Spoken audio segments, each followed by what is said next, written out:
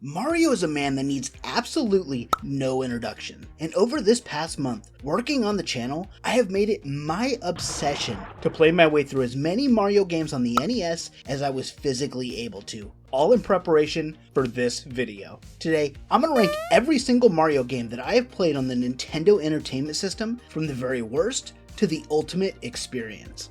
First up and worst up is the game Mario is Missing. I apologize to any Mario is Missing fans out there, but this game is straight up terrible. And not only is it a terrible Mario game, in my opinion, it is one of the worst games ever made, period.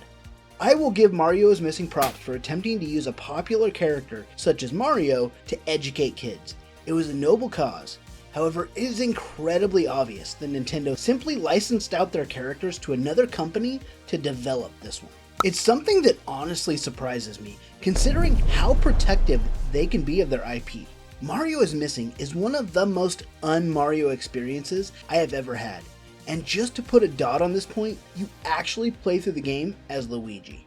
Mario has summoned his inner Peach and has gotten himself kidnapped by Bowser, who is in our world, and it is your job to follow the clues to find him. The concept itself sounds great, but unlike every other Mario experience, instead of platforming, puzzles, or minigames, Mario is Missing is more of like a walking simulator. It's boring, it's soulless, do yourself a favor and skip this one. Very similar to Mario is Missing is Mario's Time Machine, which is the second attempt to develop an educational game around our favorite Italian plumber Mario. Unfortunately, this game had similar results. This go-around, Bowser has gone through time to steal artifacts that Mario has to recover and return. Basically, think Avengers Endgame, just like way more bad. You can just apply almost everything I said about Mario is Missing here and skip this one. Unlike the first two games in this list, NES Open Tournament Golf is actually a decent game that probably has a lot of potential for players that like these types of games. Unfortunately, because I don't really like golfing games, it fell a bit short for me. For one, the game has almost no tutorial. Normally not a big deal, however, it took me an embarrassingly long time to even figure out how to hit the ball in this game. Once I actually figured out how to properly swing my golf club though, I was surprised to find out that the game was fairly complex in its mechanics, with the ability to pick different golf clubs, change the portion of the ball that you actually hit, wind physics to account for, and a power meter to gauge the distance of your shot. The game made me feel like I had a good amount of control of where exactly my ball would go. Even if the game wasn't for me, I think overall the players that enjoy sports games might be interested in giving this one a shot. Next we have the sequel to the classic Donkey Kong arcade hit, Donkey Kong Jr., a game that has you attempting to rescue Cranky Kong, who has been taken captive by Mario himself, at this time known as Jumpman. It's not a bad game, but I did think that the platforming just lacked much of the fluency that we get in the Super Mario games released later. It does seem like they tried to improve on the formula that Donkey Kong created, though, by adding new ways like vines and such to traverse the game's levels. However, most of this ended up falling a bit short for me, and the game felt a bit clunky to play. I think it's a more difficult experience than its predecessor, but in the case of this game, it kind of just made me feel more agitated to play it. If you're a fan of the original Donkey Kong game, then this is probably going to be a must-play for you. But if Donkey Kong isn't really your jam, well, this one probably won't be either. Up next is the original Donkey Kong, a well-loved arcade classic and the very first appearance of Mario. In this one, you play as Mario with the goal of rescuing your girlfriend Pauline, not to be mistaken with Peach, who is actually a totally different character, even though they look very similar. She has been taken by a pissed off Cranky Kong, who we then knew as just Donkey Kong. This game is a bit more simple than its sequel Donkey Kong Jr., but I ended up actually enjoying the game more. I can't fully explain it, but it just felt better to play. Donkey Kong is actually a pretty short game though, as it is actually missing a full level from the arcade experience, which comes out to a total of 3 levels that you can play through on the NES. It gave me a few hours of casual fun, and I would say it's worth experiencing at least once for any gamer, even if that is just to find out where a few of our favorite iconic gaming figures got their start. Wrecking Crew is a game that was released pretty close to Super Mario Bros., and so it was somewhat overshadowed by it. It's kind of an odd duck, with a mix of platforming and puzzles. The goal of the game is basically to destroy everything destructible throughout each level. On the plus side, The game has a literal ass ton of levels to play through, with some of them being very inventive. The one major thing in the game that bugged me though, is that many of the levels had areas where one wrong move could force you into a position that the level would become uncompletable. Drop down from a ledge too soon or break a ladder too early, guess what? You just have to start over. I actually think that Wrecking Crew is a good root game. It's too bad that they never expanded on this concept. There was actually a sequel for the Super Nintendo, but it was nothing like this one and was in a completely different genre. I think that this is a fun and simple experience worth checking out as long as you don't get easily frustrated when you have to restart a level. So the original Mario Bros, not to be confused with Super Mario Bros, honestly felt more like a prototype to its sequel than its own game. Even so, it can be a pretty entertaining, if simple, experience. You play as Mario and Luigi, and your goal is to rid the sewers of pests that are coming through the pipes. To do this, you simply need to hit the ground underneath each enemy to flip them over. Then you run through them before they can get back up. The game has a variance of different enemies to defeat, and it gave me strong PAC-MAN vibes. Again, like most pre-Super Mario games, the platforming feels clunky, but it was serviceable. The highlight for me though, was the 2-player co-op mode, so find a partner and clear those sewers.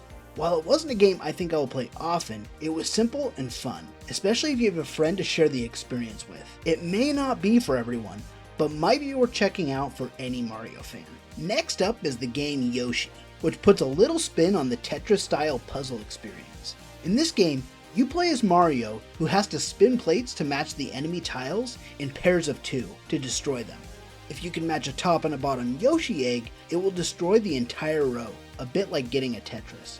It's a very simple premise, but it still was a lot of fun to play. And also, like in Mario Bros, Yoshi actually has a 2-player competitive mode that was a very fun experience. I would recommend it for anyone that, like me, enjoys Tetris-style puzzle games. Alright guys, well we have finally made it to the top 5. At number 5 is the game Warios Woods, which technically isn't much of a Mario game, but I really enjoy it, and it's close enough guys, so it made the list. In Warios Woods, you actually play the game as Toad in another Tetris-style game, but this one has a twist. Birdo and sometimes Wario himself will continue to throw different colored enemies down on you. A friendly bird, though, will throw bombs that you can use to destroy them. The catch is, you have to match the colors of the bombs to the colors of the enemies. Occasionally, Wario will show up and slam the stage, causing the top to lower and more enemies and bombs to drop, putting more pressure on the player. Unlike the other Tetris clones, I thought that this one was kind of unique in the way that you have to actually run around as Toad and physically pick up the items to stack them, instead of just flipping the pieces. And really, the game just had a lot of personality. There are also a few different game modes for you to try, from a story mode to a timed mode, and again, even a co-op mode. If you are a fan of Tetris-style games, then this game is a must-try for you. Even though Super Mario Bros. 2 is my least favorite Super Mario game, I still think it's pretty great, and one of the better experiences that the NES has to offer. The nice thing about Super Mario Bros. 2, looking at it through the lens of someone today, is that it's still fairly unique. Almost every other game in the Super Mario lineup uses a pretty tried and true formula, which is fine because it works and it's fun to play, but it can begin to feel repetitive. The nice thing about going back and playing Super Mario Bros. 2 is that the game doesn't feel like it's afraid to do its own thing and be a little bit different. I don't plan to go in depth with why Super Mario Bros. 2 is so different here, but if you're interested, I have made a video about it.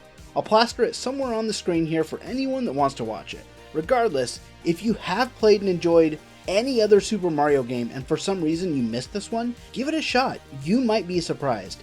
This game is plenty loved by many and considered to be the best by some. Next up is Dr. Mario, a highly addictive experience. You have been warned. Even though Dr. Mario is a pretty blatant Tetris ripoff, it does bring some new mechanics to the table to make it feel like a different game and not just Tetris with a Mario paint job. You play as Dr. Mario, who's trying to kill viruses using a variety of different colored pills. The goal is to destroy every virus on the stage by matching colors in stacks of 4 with the pills, either being solo or dual colored. It seems simple and easy at first, but as you progress through the levels, it gets exceedingly difficult. I still think overall that Tetris is a better experience, but this game is very close. It is a must-play game for anyone that likes Tetris or puzzle games. So this one is going to be totally no surprise for anyone, I'm sure. Super Mario Bros. Is one of the most influential games ever made, period. carrying Mario up above the competition to become an icon. Even though playing it today it might seem quite simple in design, it was a pivotal stepping stone for pretty much any 2D platformer that came after it, and its very foundation is still being built upon to this day. But even going back and playing Super Mario Bros. Recently, it was still a blast. The environment and the music was incredibly nostalgic, and the platforming is pretty tight for a game that is over 30 years old. It's infinitely replayable, and there are so many secrets that even in my recent playthroughs I was discovering new things about the game. If you haven't played this game, finish this video and go give it a shot. This is literally one of those games that everyone should experience at least once before they die, and it's only beat out by one of its sequels. And that game is Super Mario Bros. 3 at number 1, which is not only the best Mario game on the NES, but probably the best game on the NES, period. Super Mario Bros. 3 takes everything done in both games before it and polishes them to the maximum. It's the kind of game you get when you take all of the different parts and nail them to perfection, creating a near perfect being. I've beaten this game more times than I can really count, and even to this day I find out new things about it. Every level is oozing with hidden things to find and discover. The music is great, and the power-ups are some of the best and most iconic in the series. It's packed loaded with mini-games, and even the world map, though basic, is fun to traverse. If you decide to play a single game on the NES, in my opinion, that game would be Super Mario Bros. 3. Want to know 5 little known facts about Super Mario Bros. 3 that you probably don't know? Don't miss my next video on screen. Thanks for watching!